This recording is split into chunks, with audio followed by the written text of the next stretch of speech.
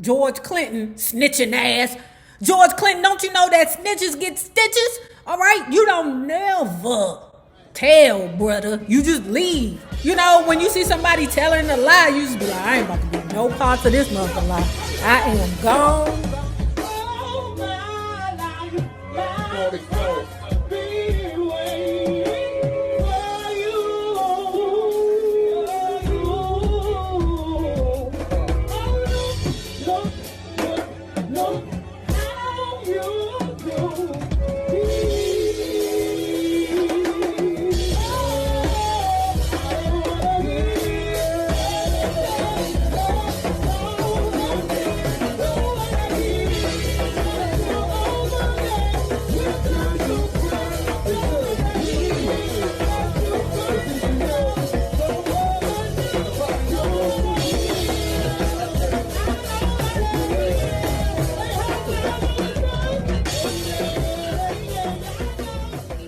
Hello there, love bugs. Hello there, bellas. If you have not already done so, please remember to like, share to Facebook, subscribe, tell a friend, and visit Up Top Beauty. Today's accessory is my Layana bangles. Ooh, it's only 2 left, guys.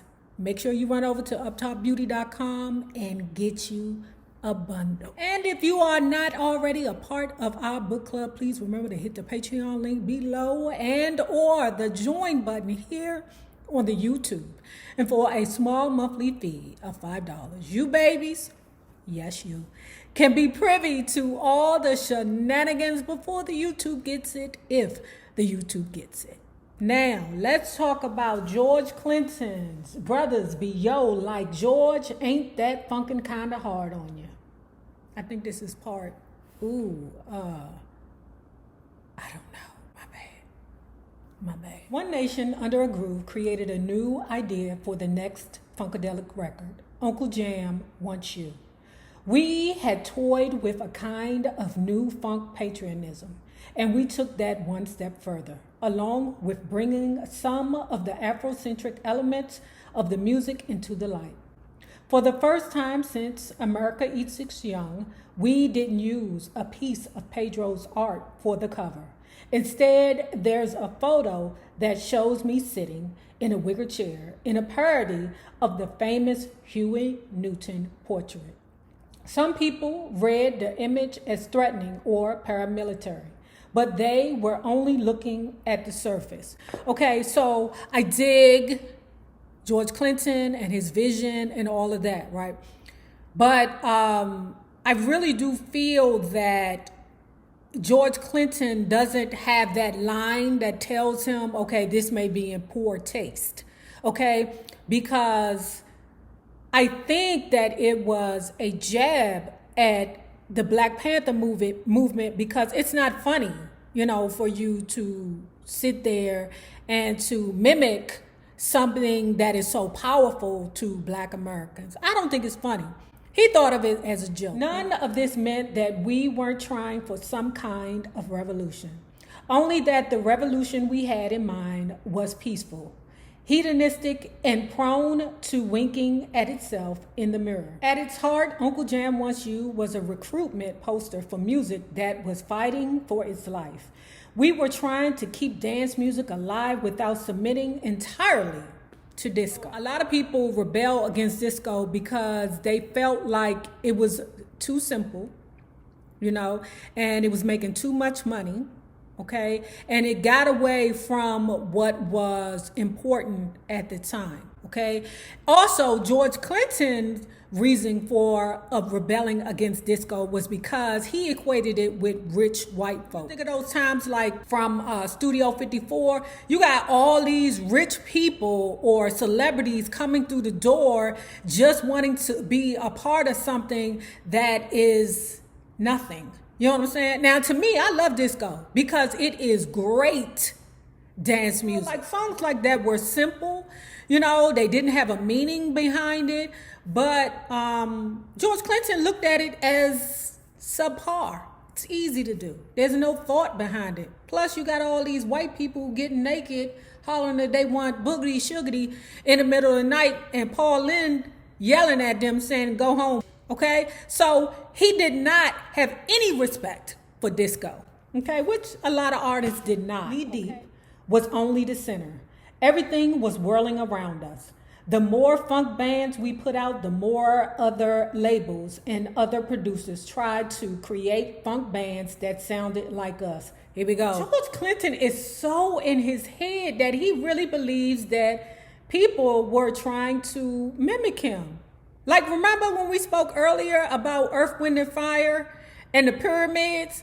How he said that Earth, Wind, and Fire was jocking P-Funk style because the artists that they used to create the mothership, the Earth, Wind, and Fire decided to use to create the pyramids for their stage show. I mean, get the hell out of here. I'm like, why wouldn't you want to pick the best person to do it? I'm not jocking your style, brother. I'm not wearing Pampers, peeing all over people. That's not what I'm doing. I just like the artists that you use. Getting back to how he feels like other labels were putting out replicas of their music. That was all well and good.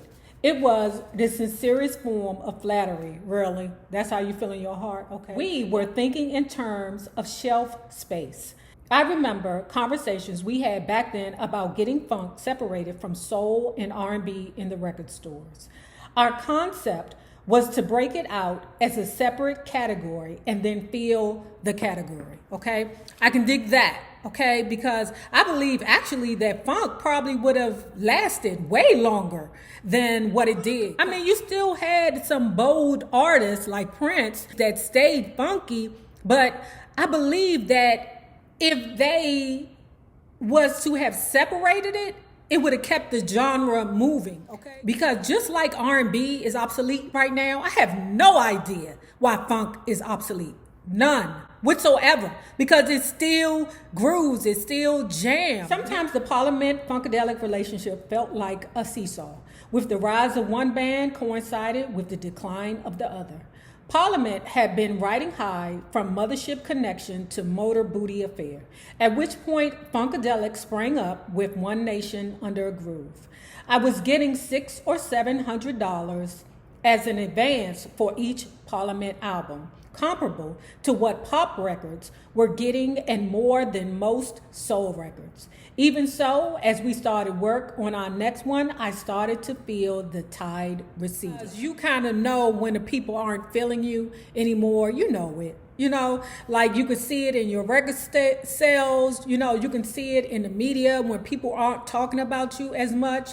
And it's not a good feeling. It's not. It's a scary feeling whenever I get less than 2,000 views on a video, you know, and I can imagine for someone so high up or coming from a place where he's so high up and now, you know, he's just average now. Now he's sort of filling up stadiums now, or, you know, now he's down to smaller venues. I can imagine what you feel. Now, I ain't saying that's okay for him to smoke that cracky. Glory, holla stupid, or pin the tail on the funky. A long title, but one that made perfect sense. We were glad and a little surprised to still be around. How could we still be a dominant force in funk music? At the same time, we knew it couldn't last forever, and we wanted to be in control of the winding down at the same way we were in control of the winding up. Pinning the tail or the tail was a way of beginning to end the story. And in true Parliament fashion, the story we told wasn't just about the band, but about the whole universe. Within a year, Glory, Holla Stupid turned true. The tail got pinned. In 1977, Neil had sold half of Casablanca to Polygram Records, and they would buy him out entirely in 1980. From the start, Polygram wasn't happy about the way Neil spent money. To say that he didn't run it like a bottom line business was an understatement. He put nearly every penny of profit back into promotion, from stunts to parties to whatever else came to mind. On top of that, there was the matter of his sales figures. He pressed so many copies of each record and shipped so many that on the books it looked like he was selling 1 billion records. But somehow, most of those records ended up coming back to him. The tension between the label and the corporation escalated. Polygram sent out one accountant to check Neil's numbers, but within a couple of weeks, he had been turned. He was driving around town in a Porsche with a Coke spoon around his neck, and he didn't seem too concerned about Casablanca's finances. The second in command was German, and he hung in there long enough to find evidence that Neil had cooked the books. What was funny was that the only group that was truly in the black was Parliament.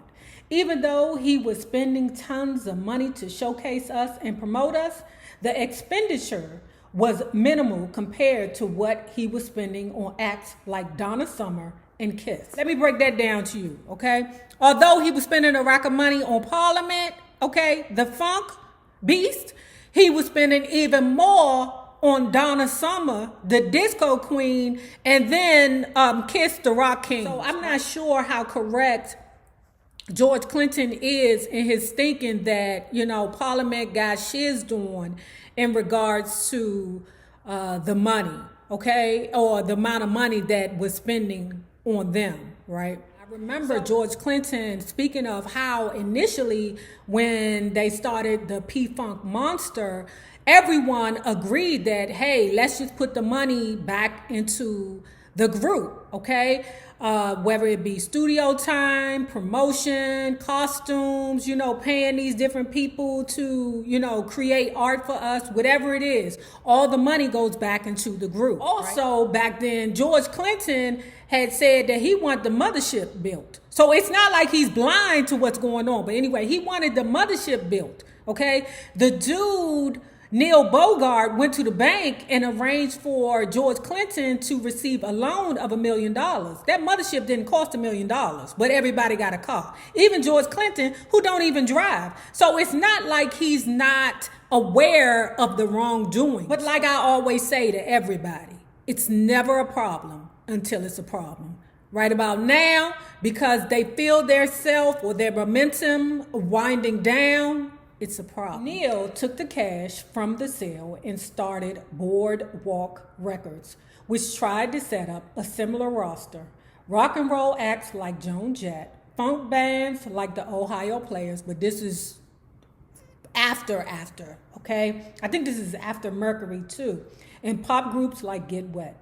Except for Joan Jett, none of them reached the heights of the big Casablanca artists. We weren't happy that Neil was gone. The label wasn't happy with what we had asked for in the wake of his departure.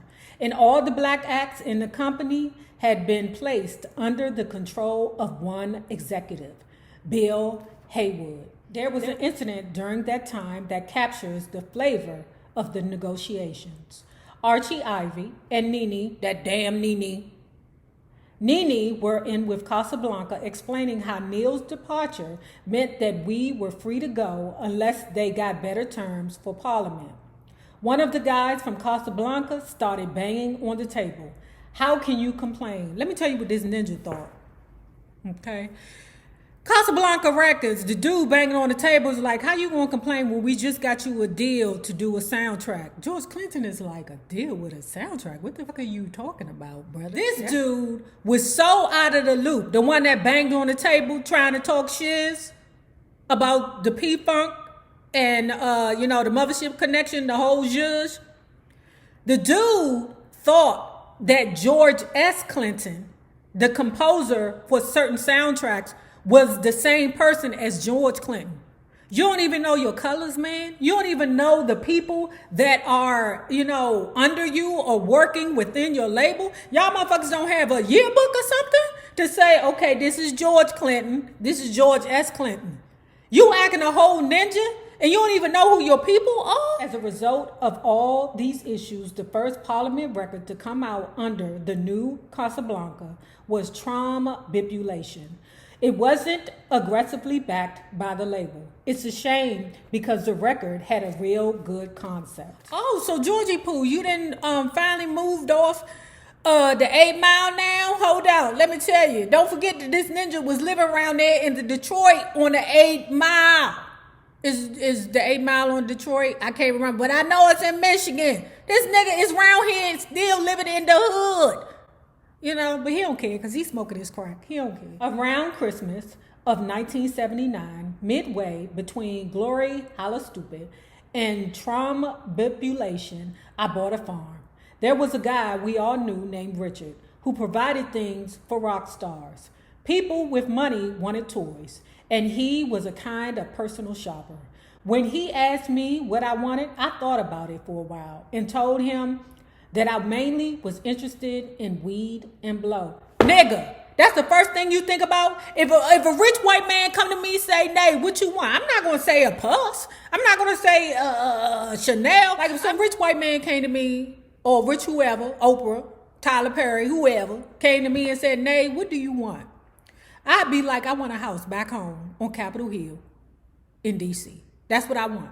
Okay, that's it. That's motherfucking all. And make sure I can pay the taxes on that bitch. Okay, because Capitol Hill, you got the rich white folks over there now. I mean, at first it was all black, but now it's white. Okay, so to make sure that just in case you do have a house around there on Capitol Hill, they make sure that the taxes be so high that you can't afford to live in a goddamn house. That's all I'm saying. The guy laughed and responded, "You have plenty of that," he said, "and plenty of money to get more." Finally, I sat down and really thought about it. I had been working straight for a decade, living mostly on the road. If I paused and took a measure of things, what did I want? I know, I told Richard, I wanted a farm and some land with a lake on it. I was born a country boy. The same winter, I reconnected with Sly. Why y'all didn't tell me that George Clinton and Sly Stone was around here running on a crack tour together? Getting high at the damn farm? Why y'all didn't tell me that? Why y'all didn't tell me that? I didn't know that he was around here acting a whole fool with Sly Stone. P-Funk was supposed to perform for MLK, Martin Luther King celebration. They didn't make it, okay? They was doing something else. They'd rather go to this lady named Jessica Cleave's house and get high. Whenever Sly and I had met before, it had been in passing or backstage during a tour. Sly had been on top of the world when I was just coming up. He was an idol and an icon. One of the brightest lights, not just in pop music, but in the world. You mean the way that Rickety James looked at you, George Clinton, and you shitted on him? You know, Rick James feels like the reason why George Clinton treated him bad was because George Clinton felt intimidated. I can believe that. The 70s had belonged to P-Funk and other artists, and Sly had fallen off slightly. If anything, he lacked momentum and the confidence to think that he'd find his way again. He knew that the world had taken him down a peg, and it preoccupied him. During the party, Sly asked me a question. Man, which one of your people about to brag on me because I ain't on top no more? George responded to him out of admiration. I don't know many people who would rag on you because you ain't on top. Because whether you're on top or the bottom, you know, in a trailer, you know, on the corner, sleeping at the bus stop, you are still Sly Stone. The holidays came and went. I moved out to the farm, and then Sly came out to the farm with me. He was always in one bind or another in those days. At that time, I think he was on the run from a dealer up in Connecticut. And I had even heard that he'd been kidnapped for a time. Now, don't forget this, okay? Don't forget this. Remember, Etta James had said, like, we love how all these books, you know, intertwine. We love this. Remember, Sly Stone had some legal problems going on, you know, that Etta James did not speak of. Now, she did get his ass hemmed up when she, you know, maybe inadvertently dropped a dime on him when it came down to where she had got that Cadillac from. Because, you know, Sly had a whole chop shop ring where people would steal cars, okay, and bring them to Sly. Sly give him a couple of money, and he'd be like, okay, take it around there to the people's drugstore.